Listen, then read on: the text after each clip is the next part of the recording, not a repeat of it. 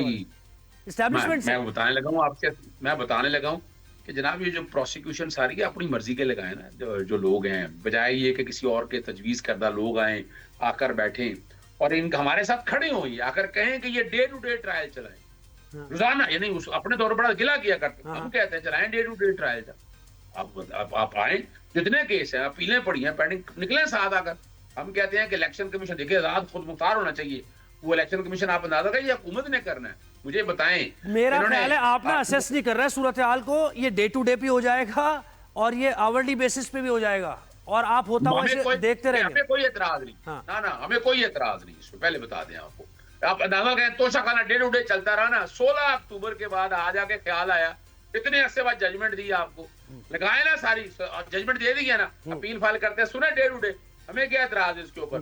آپ جو 190 million pound کی اپیل پڑی ہے ڈے ٹو ڈے، آئے نا خود آ یہ درخواست دے، یہ نیب کو کہیں کہ دے دیں، نیب تو بھاگتا پھر رہا ہے، ایف آئی اے بھاگتا پھر رہا ہے، تمام لوگ تو بھاگتے پھر رہے ہیں۔ ابھی اندازہ لگائیں جو 9 مئی کے حوالے سے سزائیں ہوئی ہیں ان میں بھی ان کی پروسیکیوشن والے ٹائم لیتے پھر رہے ہیں، آئے آ کر ڈے ٹو ڈے ٹرائل کریں۔ اب جو اگلی بات آپ کے سامنے کرنی ہے کہ کس پارلیمنٹ کی بات کر رہے ہیں کہ وہاں سے لوگ اٹھا کر لے کے گئے، ابھی تک اپوزیشن لیڈر لگا نہیں سکے، مذاکرات بڑی سمجھوان، ہاں مذاکرات اس کانٹیکسٹ کے حوالے سے تحریک تحفظ آئین پاکستان مذاکرات کے لیے بنائی تھی، کتنے مذاکرات کر لی ان کے ساتھ، یعنی کیا آپ مساق معیشت کی بات کرتے بھی آپ کے پاس ہے کیا؟ جو نہیں تو پھر کیا کس کے پاس ہے؟ نہیں تو بھائی حل نہیں نکالنا اس کا، بس یہی کرتے رہنا۔ حل میں آپ کے سامنے رکھ رہا ہوں نا، حل میں رکھ رہا ہوں کہ بھائی یہ سارا کچھ آپ یہ، اس میں ہمیں آپ کے پاس آنے کی ضرورت کیا ہے؟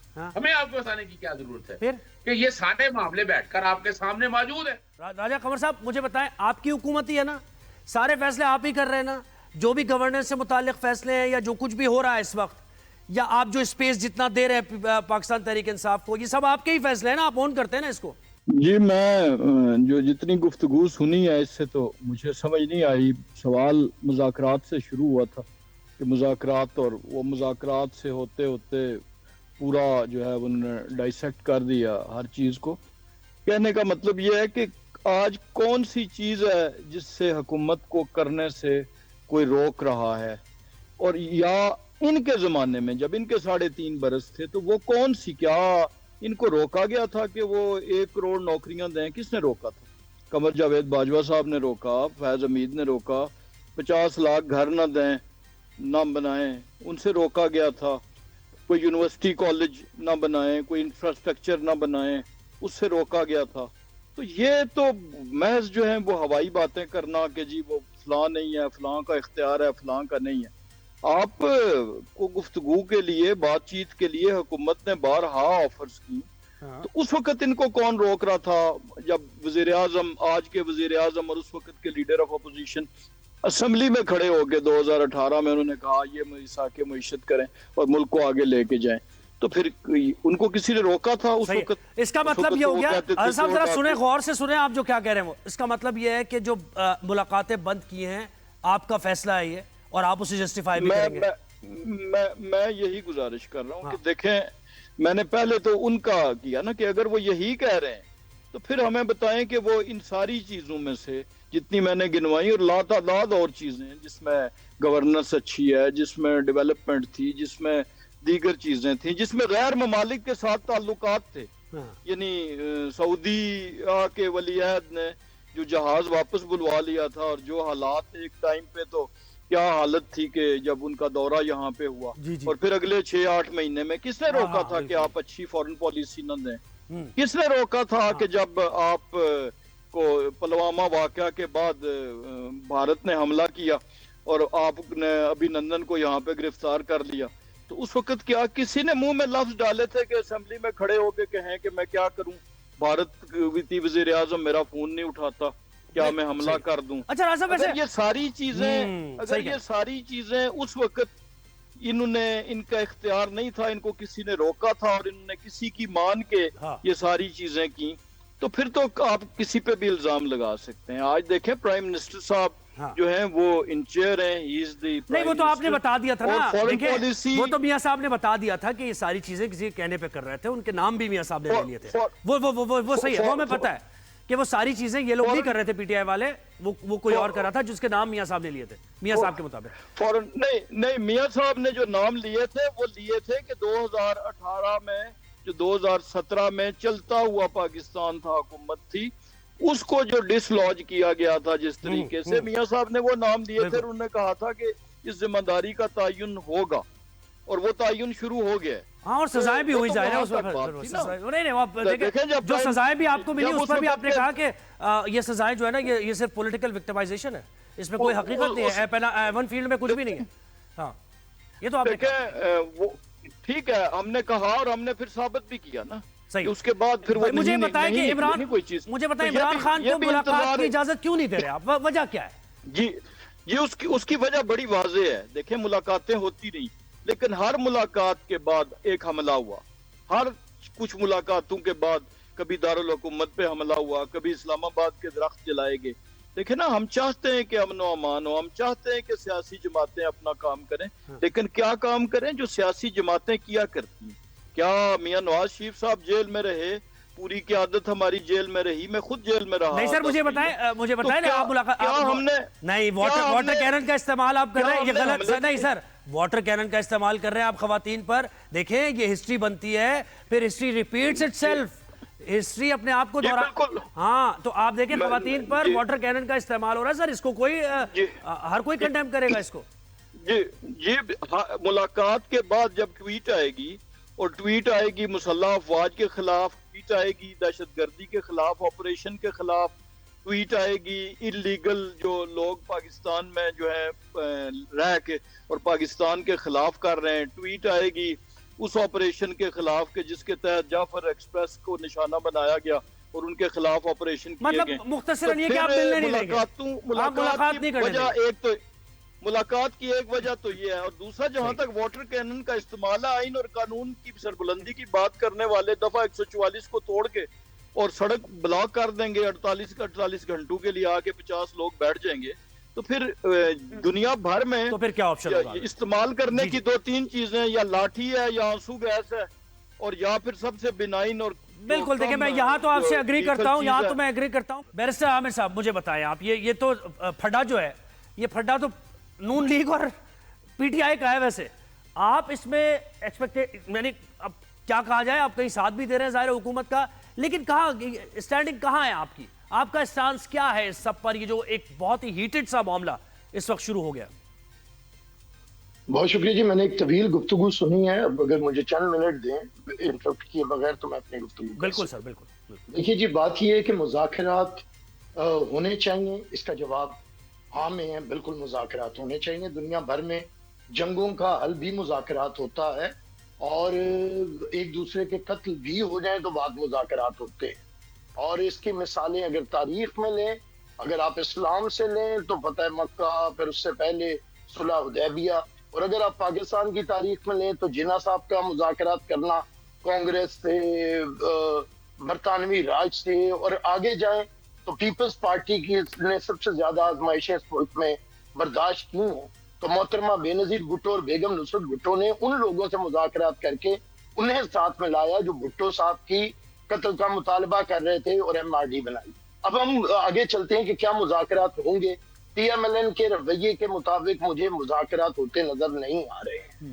حکومت کا رویہ بھی یہی ہے، کیونکہ حکومت کو کیا ضرورت ہے مذاکرات کرنے کی، اس کی تو حکومت چل رہی ہے، اس کی طاقت چل رہی ہے۔ اچھا، مذاکرات کی ضرورت اگر ہے تو وہ PTI کو ہے۔ اب PTI کدھر ہے جو مذاکرات چاہتی ہے ہمیں نہیں پتا۔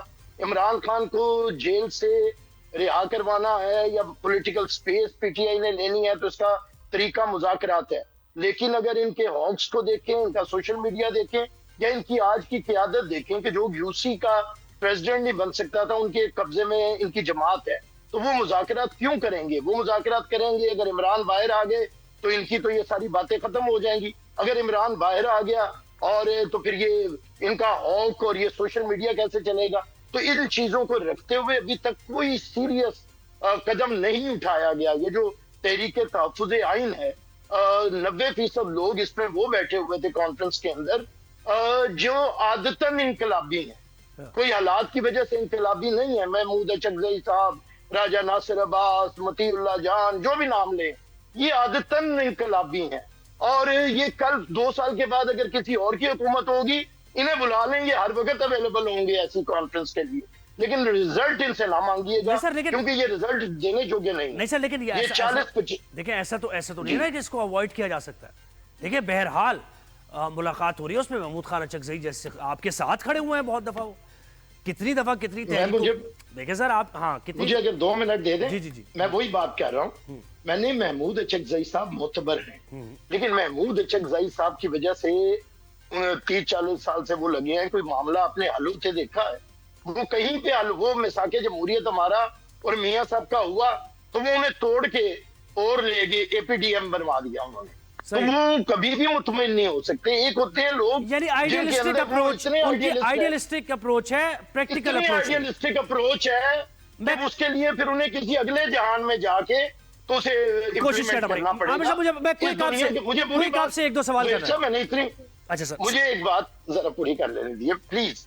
میں جو بات کہہ رہا ہوں، دیکھیے مذاکرات کی طرف لانے کے لیے PTI کے پاس 2 طریقے تھے، یا تو احتجاج اتنا تگڑا کرتے، یہ ہمارے دوست ٹی وی پہ آتے ہیں، PTI کو نمائندگی کرتے ہیں، پارلیمنٹ میں بیٹھے ہیں، ہر جگہ پہ، یہ اتنے تگڑے ہوتے، باہر کوئی ہمارے گھروں کے ٹینک نہیں کھڑے ہوئے ہیں، یہ 100 بندہ نکال لینا اپنے ارد گرد۔ نہیں، لوگ نہیں نکل رہے، بالکل لوگ نہیں نکل، آپ صحیح کہہ رہے ہیں، لوگ کام بھی نہیں یہ کر سکے، وہ کام بھی نہیں یہ کر سکے۔ مجھے 2-3 چیزیں جلدی بتائیں، نہیں مجھے 2-3 چیزیں جلدی بتائیں۔ پاکستان تحریک انصاف پہ اگر پابندی لگتی ہے آپ اس کی حمایت کریں گے؟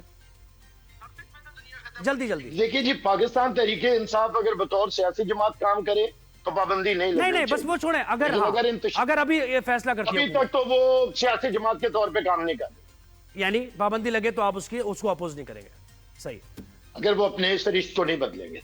اچھا جی، صحیح۔ اور اب ہم بات کریں گے پرائیویٹائزیشن پہ، نجکاری پر بات ہوگی، اور اس میں موقف ظاہر ہے کہ گزشتہ حکومتیں بھی یہ کوشش کرتی رہی کہ اداروں کی نجکاری کی جائے اور ان بہتر گورننس اس کے اندر لائی جائے اداروں کو اور اپنے پیروں پر کھڑا کیا جائے، تو یہی ایک ایفرٹ ہے، اس حکومت کی بھی ترجیحات میں سے ایک ہے۔ پاکستان پیپلز پارٹی اس پر کچھ تحفظات ہیں، تو ہم یہ ذرا جاننے کی کوشش کریں گے۔ کل ہو رہی ہے PIA کی نجکاری، اور دیکھ رہے ہیں کہ اس عمل سے کتنا یہ ادارہ بہتر ہوگا اور کتنا اچھے طریقے سے کام کرے گا۔ پہلے ہم مسلم لیگ نون سے ہی ذرا موقف لیتے ہیں۔ راجہ قمر صاحب، مجھے بتائیں کہ آخر کار ایک بار تو ظاہر ہے یہ بیڈنگ کا پروسیس اور اس کے بعد ونرز آئے نہیں تھے اور لوگوں کا انٹرسٹ بھی دیکھنے میں نہیں آیا، اس بار آپ کیا سمجھتے ہیں؟ ہوپ فل ہیں، امید ہے کہ ایک صحیح اماؤنٹ میں یہ PIA پرائیویٹائز ہو جائے گا اور یہ بہتری کی جانب جائے گا؟ صرف اس صورتحال میں نہیں پہنچا، اور بہت سے ادارے، ایک تو انٹرنیشنل فینومنا ہے کہ جو پبلک سیکٹر میں ہوتا ہے، وہ جو انیشیٹو ہوتا ہے اس کو بڑھانے میں کسی بزنس کو، وہ جو پرائیویٹ سیکٹر میں ہوتا ہے وہ پبلک سیکٹر میں نہیں ہوتا، صحیح ہے، اور یہ ورلڈ اوور فینومنا ہے، لیکن پاکستان میں یہ کچھ زیادہ ہے۔ یہاں پہ GTS تباہ ہوئی، یہاں پہ ریلوے کی صورتحال خراب ہوئی، یہاں پہ پاکستان سٹیل، اور یہ ایک تو بنیادی وجہ یہ تھی۔ دوسرا یہ ہوا کہ جب بھی ماضی میں ہم نے کرنے کی کوشش کی تو یہ جو فرق ہے، یہ جو ابھی آپ نے کہا کہ $25 بلین کی لائبلٹیز ہیں اور 11 بلین کی اس کی ورتھ ہے. 26 بلین روپیز 26 بلین روپیز کی لائبلٹیز ہے. جی روپیز. جی تو یہ جو ڈفرنس تھا یہ بڑھتا گیا. یعنی بجائے اس کے کہ برج ہوتا, کسی زمانے میں جو ہے وہ 10 بلین کی لائبلٹی کی وجہ سے جو ہے بڈرز نہیں آئے یا کم بڈز کیا لوگوں نے سوچا, اور یہ بڑھتا گیا. اب سوچنا یہ ہے کہ ایک چیز کتنی بھی ویلیوبل ہے, کتنی پرانی ہے. یعنی ایک والد صاحب کی گاڑی جو ہے وہ بڑی پرانی ہے, بڑی اس کی ویلیو ہے, لیکن مسئلہ یہ ہے کہ اس کو مینٹین کرنے کے لیے 4 ڈرائیور 10 جو ہیں وہ ہیں اہلکار ہیں, تو وہ ظاہر ہے وہ پھر اس کی رننگ کاسٹ بڑھتی ہے, اور جو کہ آج قوم کی صحت پہ, آج تعلیم پہ, دیگر چیزوں پہ جو بجٹ لگنا چاہیے وہ ان سک یونٹس پہ لگتا ہے. ایک تو یہ ہو گیا. اب دوسرا آپ نے جو حیرت کا اظہار کیا, یہ بالکل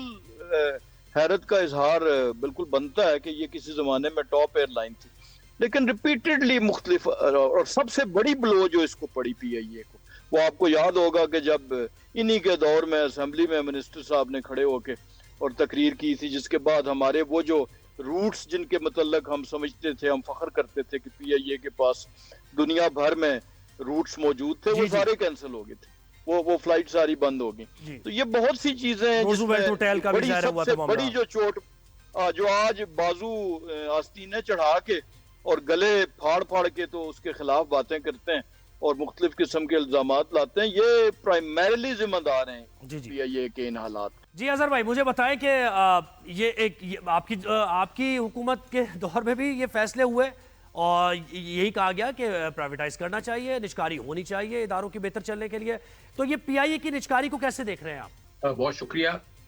اب پہلی تو بات ہے نا, جب یہ آپ حکومتی موقف لینا ہو نا آپ نے, یعنی پہلے بھی ملاقاتیں بھی کروانے کے حوالے سے پرائیویٹ, یہ کوئی سیاسی ایشو نہیں ہے. ہم نے تو سیاسی گفتگو کرنی ہے نا, یہ حکومتی نمائندہ ہونا چاہیے. تو یہ کون ہے؟ یعنی پتہ نہیں کس کیپیسٹی میں نہیں, مسلم لیگ نون کی حکومت ہے. کون ہے مطلب یہ مسلم لیگ نون کیا بھائی ہے؟ سننا صحیح نا, یہ کوئی سیاسی جماعت چلانے والا ایشو نہیں ہے. پتہ ہی نہیں ہوتا حالات اور واقعات کا. یعنی میں تو حیران ہوں, ان کو اندر کی باتیں خبر کیسے پتا ہوتی ہیں مسلم لیگ نون کو, ان کا کیا تعلق اس سارے معاملے سے.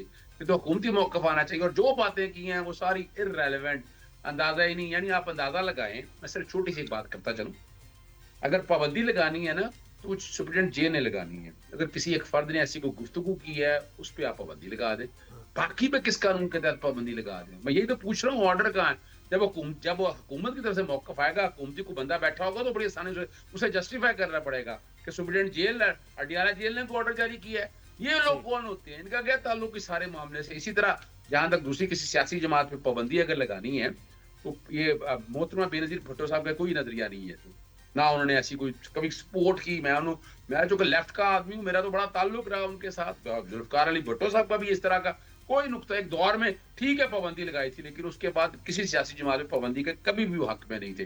اگر اتنی باتیں تھیں تو پچھلے انتشار کی باتیں بڑی ہوتی رہی ہیں, ابھی تک پاکستان تحریک انصاف پہ کوئی چیز سامنے آ نہیں سکی ہے. باتیں ہو رہی ہیں, ہم سن رہے ہیں, کوئی آڈیو ہے, ویڈیو ہے, کوئی ابھی تک ایویڈنس نہیں آ رہا. فیصلے آ رہے ہیں, آپ باتوں کی باتیں کر رہے ہیں, فیصلے آ چکے ہیں. اچھا وہ بات وہی نکل جائے گی نا, فیصلوں میں پاکستان تحریک انصاف کا کوئی رول نہیں. اللہ اکبر, بات وہی نکلے. مجھے پرائیویٹائزیشن کا بتائیں. نہ میں صرف ایک بات ختم کر دوں نا, یہ ضروری ہے سمجھنے کے لیے, یہ بہت ضروری ہے. اور آرٹیکل 17 کے تحت کسی سیاسی جماعتوں کو ملکی سالمیت کے خلاف بات کرنے کے حوالے سے اتنا آسان نہیں ہے. انہوں نے مل جل کے ساتھ ایک وفاقی آئینی عدالت بنی ہے, پابندی کے حوالے سے وہ دیکھے گی, اس نے کون سی آئین کی تشریح کرنی ہے. بدنیتی کا ایلیمنٹ سارا ہے. اب آئیں پرائیویٹائزیشن کی طرف. ہمارا کیا تعلق, ہم تو پچھلے سال اگر ایک بیان دے دیا, اس بیان پہ آ کر بیٹھ کے پچھلے پورے ہسٹری کی بات کریں کہ دونوں جماعتیں کیا کرتی رہی ہیں. دونوں جماعتوں نے جو بھرتیاں کی, ہم نے بھرتیاں کوئی نہیں کی ہیں, ان لوگوں نے بھرتیاں کی. انہوں نے جو کچھ کیا سارا گند ان کا گھولا ہوا ہے. جب سے پاکستان, اور اتنی بڑی ایئر لائن تھی کہ جناب پوری دنیا میں جہاں ٹریننگ دی, اتنے بڑے آپ اندازہ لگائے پوری دنیا کے اندر اثاثے انہوں نے بنائے. یہ کام تھا نا ان کا, یہ کریڈٹ جاتا ہے. لیکن ہم نے وجہ کیا دی کہ ہمیں آتا ہی نہیں, نہ گڈ گورننس کا پتہ ہے, نہ ہمیں پتہ ہے حالات اور واقعات کیسے ٹھیک کرنے ہیں. لیکن اس طریقے سے پرائیویٹائز کر کے مسائل نہیں حل ہوں گے. عامر صاحب, میں آپ کی طرف بڑھوں گا. میں چاہ نہیں رہا تھا کہ اظہر بھائی کو میں پہلے لے لوں, ان کی اتنی کڑوی کسیلی باتیں میں نہیں چاہ رہا تھا کہ آپ پہلے سنیں, لیکن اب آپ نے سن لی ہیں. تو مجھے بتائیں کہ آپ کے دور میں وہ کہہ رہے ہیں کہ یہ تو سیاسی بھرتیاں کر کے یہاں تک اداروں کا بھٹا بٹھا دیا گیا. ایسے دوستوں کے ساتھ اظہار ہمدردی کر سکتا ہوں. ان کی جو حالت ہے جذباتیت کی ایک حد پہ پہنچے ہوئے ہیں اور ان کی باتوں میں خود اتنے تضادات ہیں کہ ان کا کیا جواب دیا جائے. آپ نے بار بار ان کے وزیر کی سرور کی، جس کے بعد جب ہم نے برکیاں کی تب تو یہ کا بھٹا نہیں بیٹھا، بھٹا تو تب بیٹھا تھا جب ان کے منسٹر نے کہا تھا پائلٹس کے بارے میں اسٹیٹمنٹ کی گئی اور ہماری جگہ آئی ہوئی، اور اس کے بعد سے یہ حال ہے. اس کا جواب نہیں دیں گے. ان کا کام ہے صرف باتیں کرنا، ان کا کام ہے، میں نے بار بار کہا کہ ان کی سیاست ہی ایسے چل رہی ہے، ادروائز تو ان کی سیاست کچھ نہیں ہے. جو پی ٹی آئی والے تھے، بنانے والے تھے، یا بیچارے جنہوں نے مارے تھے، وہ فوزیہ صاحبہ، وہ فلانے، وہ تو سارے ادھر ادھر ہیں. یہ سارے وہ ہیں جو جمعہ جنگ ڈال ہے. تو یہ سب کا اسی طرح کی انہوں نے نہ کسی سے لگا کے کھانی ہے، نہ بننے دینا ہے، نہ ملک کے لیے کوئی مشترکہ لائے عمل اختیار کرنا ہے، نہ نظام کی بہتری کے لیے. تو اس لیے میں ان کے اظہار افسوس اور اظہار ہمدردی کرتا ہوں ان کی ذہنی حالت سے. میں آپ کے سیریس ایشو کی طرف آتا ہوں، پرائیویٹائزیشن. جی بالکل. دیکھیے پرائیویٹائزیشن ایک ایسا ایشو ہے جس کے اوپر پیپلز پارٹی کے شدید اختلافات ہیں حکومت کے ساتھ اور پی ایم ایل این کے ساتھ. کچھ مشترکات پہ ہم اکٹھے ہیں، لیکن یہ ایک ہمارا بنیادی سے اختلاف ہے. دیکھیے پی آئی اے بھی بنی، چین مل پیپلز پارٹی نے بنائی، جی ٹی ایس ابھی ذکر کیا راجہ صاحب نے، تو یہ سب کامیاب چل رہی تھی. انہیں یہ حکومتی سطح پہ کب خراب ہونا شروع ہوئی؟ ضیاء کے دور میں جب سرمایہ داروں کو آگے لائے اور پھر 85 کے الیکشن میں سرمایہ دار حکومت کا حصہ بنے تو سرمایہ دار اپنے بزنس کرنے لگے. یعنی کہ سرمایہ دار اسمبلی میں پہنچے، حکومت میں پہنچے، تو انہوں نے پھر حکومتی اداروں کو کمزور کیا اور اپنے اداروں کو بہت بڑھوتی دی. اور اس کی میں آپ کو چھوٹی مثال جہاں سے لوگوں کو سمجھ آئے گی کہ ہاسپٹلز اور اسکولز پرائیویٹائز ہوتے ہوتے ہوتے ہوتے اور پرائیویٹ سیکٹر میں اس کی انویسٹمنٹ ہوتے غریبوں کے لیے علاج کی سہولتیں ناپید ہوئی اور تعلیم کا سلسلہ جو بھٹو صاحب نے نیشنلائز کر کے لوگوں کو پیدا کیا تھا وہ ختم ہوا. اب آئیے وہ حکومت جو بسیں چلانا اپنا اہم فرض سمجھتی ہے، روٹ پہ بس چلا رہی ہے اور جہاز کہتی ہے کہ پرائیویٹائز ہوگا. یہی حال ہے حکومت کا کہ کل کو کہے گی کہ پولیس پرائیویٹائز کر دو اور چوکیداری نظام گلی کا جو ہے اسے حکومت چلائے گی. تو اب بتائیے اس پہ اظہار افسوس یہی ہم کہتے ہیں کیا یہ پہلے جو انہوں نے ادارے پرائیویٹائز کیے میاں صاحب کے 2-3 ادوار کے اندر مجھے کوئی ادارہ چلتا ہوا دکھا دیں کون سی ہماری معیشت بہتر ہوگی انہیں پرائیویٹائز کر دینے تھے. لیکن یہ ہوا کہ حکومت کمزور ہوئی، حکومتی اثاثے کھا لیے. یعنی آپ یہ کہہ رہے ہیں کہ گورننس بہتر کی جائے اور اس کا راستہ پرائیویٹائزیشن نہیں ہے.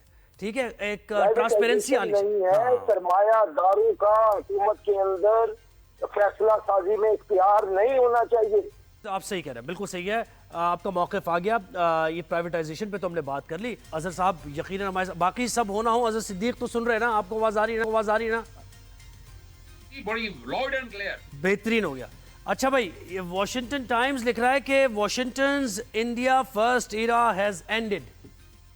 ٹھیک ہے جی، وہ کہہ رہے ہیں کہ انقلابی تبدیلی آئی ہے پاک یو ایس تعلقات میں. وہ یہ کہہ رہے ہیں کہ پچھلے ادوار میں تعلقات بہت کشیدہ رہے، لیکن یہ ایک حیرت انگیز بات ہے کہ پاکستان اور یو ایس ایک برادرانہ اور دوستی پر مبنی تعلقات اور مزید اس کو اسٹرینتھن کرنے جا رہے ہیں. سعودی عرب کے تعلقات آپ کے سامنے کتنے زیادہ مضبوط ہوتے جا رہے ہیں. ترکیہ، اس کو آپ دیکھیں کیسے ویلکم کیا جاتا ہے. آذربائیجان کے ساتھ تعلقات پاکستان کے. برطانیہ، ابھی آپ کو پتہ ہے فورن آفس کی جو برطانیہ میں جین میریٹ جو تھی، کیسے معاملات، وہ ان سے کہا کہ بھائی جو ہمارے ملک کے لوگ باہر بیٹھے ہوئے ہیں ان کو آپ واپس، تو انہوں نے باقاعدہ انہوں نے اس پر کوآپریٹ کرنے کا کہا. اچھا، آپ کہہ رہے ہیں کہ ملک میں رول آف لا نہیں ہے اور ملک میں تو کوئی جنگل کا قانون ہے، جیسے ملک میں تو ادارے نہیں ہیں. دنیا بھر میں ہمیں اپریشیٹ کیا جا رہا ہے اور یو ایس اس کی مثال ہے. یہ میں کہنا چاہ رہا تھا آپ سے. دیکھیں، اب اگر پاکستان کے تعلقات پوری دنیا میں بہتر ہو تو بڑی خوشی کی بات ہے، اس میں تو کوئی شک نہیں. لیکن ریالٹی اس پہ بات کریں نا کہ ابھی تک کیا ہوا ہے، ہمیں ملا کیا. یعنی مان لیا وہ تو ایک ایجنڈے کے تحت ہے، امریکہ تو ایک ایجنڈے کے تحت ہے. وہ اسرائیل کے حوالے سے، ابراہیم اکارڈ کے حوالے سے، مسلمانوں کے ساتھ جو اس وقت بڑا پیار محبت جاگ رہا ہے نا، تاریخی طور پر بتائیں کبھی امریکہ نے یا ڈونلڈ یا کسی انتظامیہ نے مسلمانوں کے ساتھ کوئی کیا پیار محبت کیا ہے، وہ سمجھنا ضروری ہے. ابھی تو ان کی اپنا ایک مسئلہ ہے. تو اتنے اگر انڈیا سے حالات خراب تھے تو وہ دبئی معاہدہ انڈیا سے کیسے کر لیا؟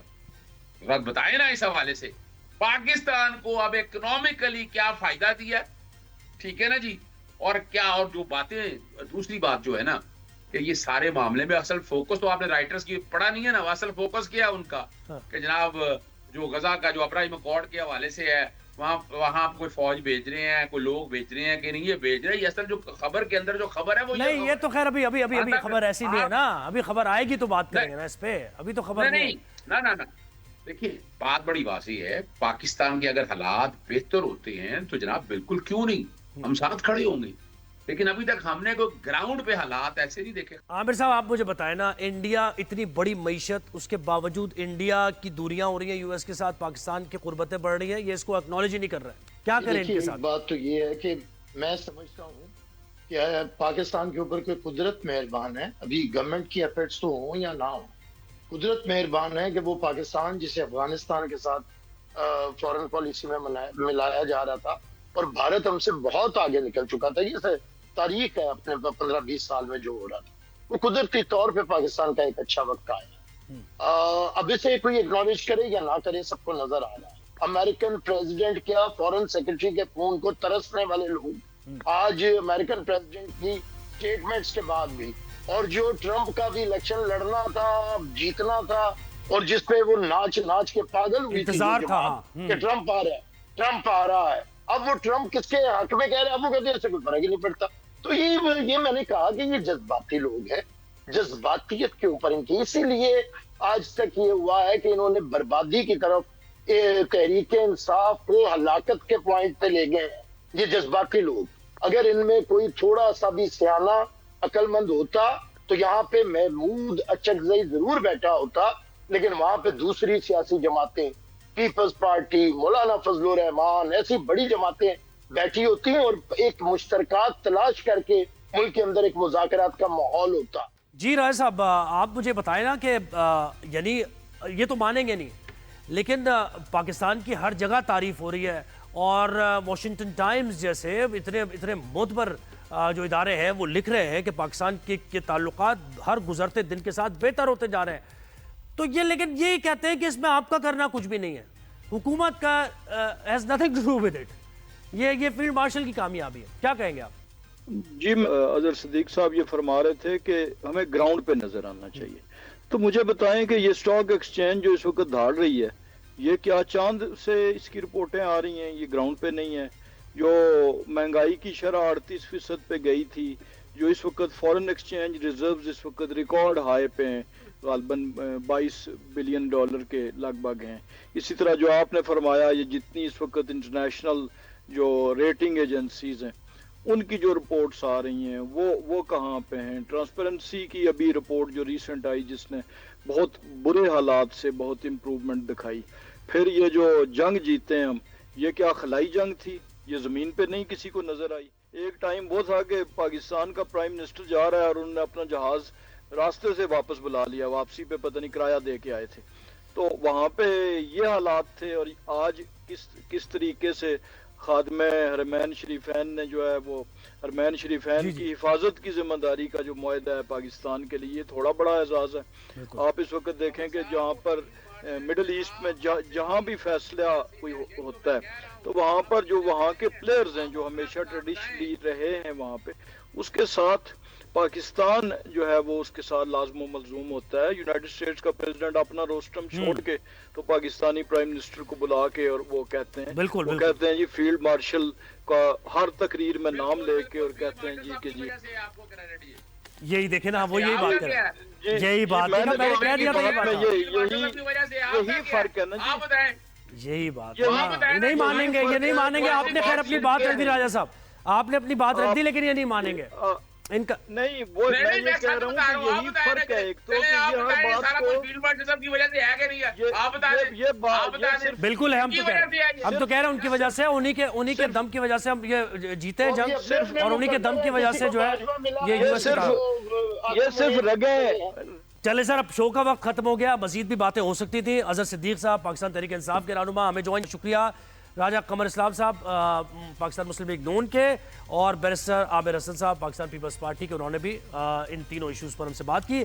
تو شو دیکھنے کا بہت شکریہ، کل بھی آپ سے انشاءاللہ ملاقات ہوگی، اپنا خیال رکھیے گا اور فیڈ بیک ضرور دیجیے گا شو کے بارے میں۔ اللہ حافظ۔